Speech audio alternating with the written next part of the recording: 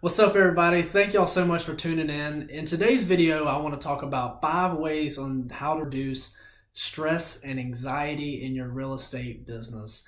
When you get into this business and after you've been doing it for maybe even 6 months or a year, you quickly realize how stressful this practice is and why so many people, 85 to 90% of agents, quit their first or second year in the business. And it's because everything is just so stressful, and you can make as much money as you want in this business if you're willing to put up with the stuff that's required to make that money. So running a business itself, any business is stressful, but real estate agents, man, it is something extra special. And in today's video, we're going to talk about 5 ways that I've learned how to cope with that stress. I'm not a licensed therapist. These are just ways that I have dealt and coped with stress and anxiety in my business. So let's get right to it. Number 1, and I would say probably the most important, is exercise.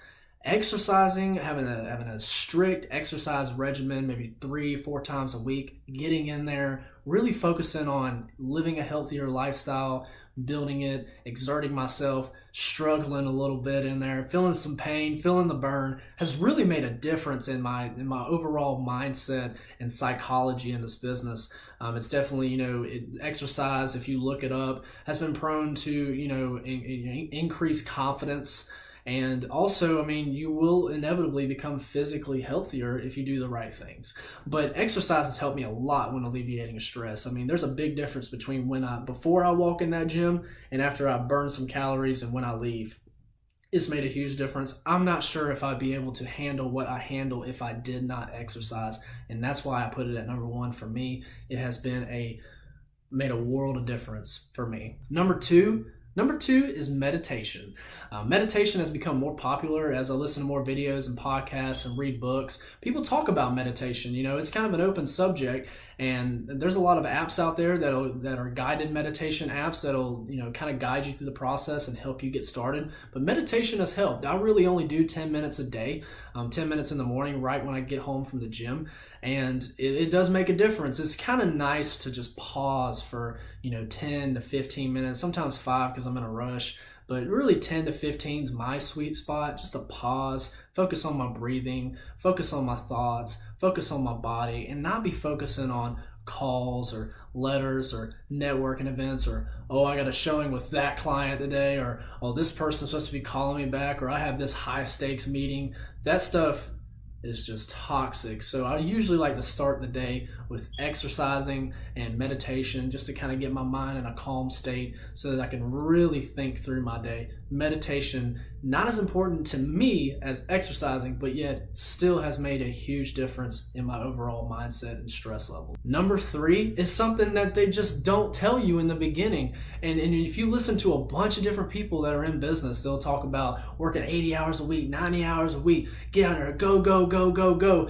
The thing about business that I've learned and being an entrepreneur is that you have to look inward and have self-awareness. You have to realize what works for me. Does working 80 to 90 hours a week work for me and my lifestyle? That worked for me when I was 19 years old. But now that, 6 or 7 years have passed and I have a family, I have a daughter, I have a soon-to-be wife, and I have, grandparents that want to be around and all these things, working 80 to 90 hours a week and then maintaining a lifestyle with my family out of that, which brings me joy, is just nearly impossible. And I'll say nearly impossible for me. Some other people, you see Gary Vaynerchuk, he works a ton of hours every week and still looks like he's, maintaining a good relationship with his family. He talks about it openly, and that works for him. But you have to find out what works for you. My stress levels go up dramatically the more that I work in my real estate business. And I know that once I get to 50, that's when I really start getting over the edge, because 50 hours in my business, when I say work, I mean work. Like, I'm making a video, I'm calling somebody, I'm following up with somebody, I'm going to a networking event, I'm going to a showing, I'm writing an offer, I'm negotiating a deal, I'm going to a closing. That's work. I'm not talking about if you're at a job, if you're at a 9 to 5. Yeah, I worked 8 hours a day, but I was bouncing a tennis ball off the wall for 2 of it. I was texting it on Facebook and posting. No, that's not what I'm talking about. I mean work. I'm working a system. 50 hours a week, honestly, of just barreling down and making it happen, you can be efficient enough to produce a good amount of results for your business. So I would definitely find out what your sweet spot is on that, because if you're trying to live somebody else's lifestyle, trust me from experience, it's caused a lot of stress for me personally in this business. Number 4 is keep your expenses low. That has been, honestly, I don't know why I waited all the way to number 4 to say this, but financial pressure in this business. You got to think, if you get to a point where you're running out of money and the tasks that are required for you to get that money in the beginning, if you have no money, you're usually cold calling or mailing letters or networking. These things, are pretty stressful sometimes. You know what I'm saying? So you mix the stress of, oh, I need some money now, the fact of them, and also the fact that it takes time to make money in this business. There's like a 90-day lag on most of these leads that come into your funnel. And then also you mix in the fact that you're facing some fears on these actions that you take. Granted, it gets you out there and it gets you moving, it gets you calling people, but man, does it create a massive amount of stress and overall anxiety in this business. So keeping your expenses low allow you to say, hey, I've had a bad month, but I'm not going to die. I have a nest egg. I had a really good amount of commission coming in this month. I'm going to save this and float this month and just remain consistent. Work the system. Don't worry too much. If I have to drop some more things, I know it's fine because I have a minimalist lifestyle. Instead of spending all this money, putting all this pressure on you to make even more money, especially when you're starting out and you just don't have all the resources that somebody that's been in there for forever. So keeping your expenses low, taking off a little bit of that financial pressure.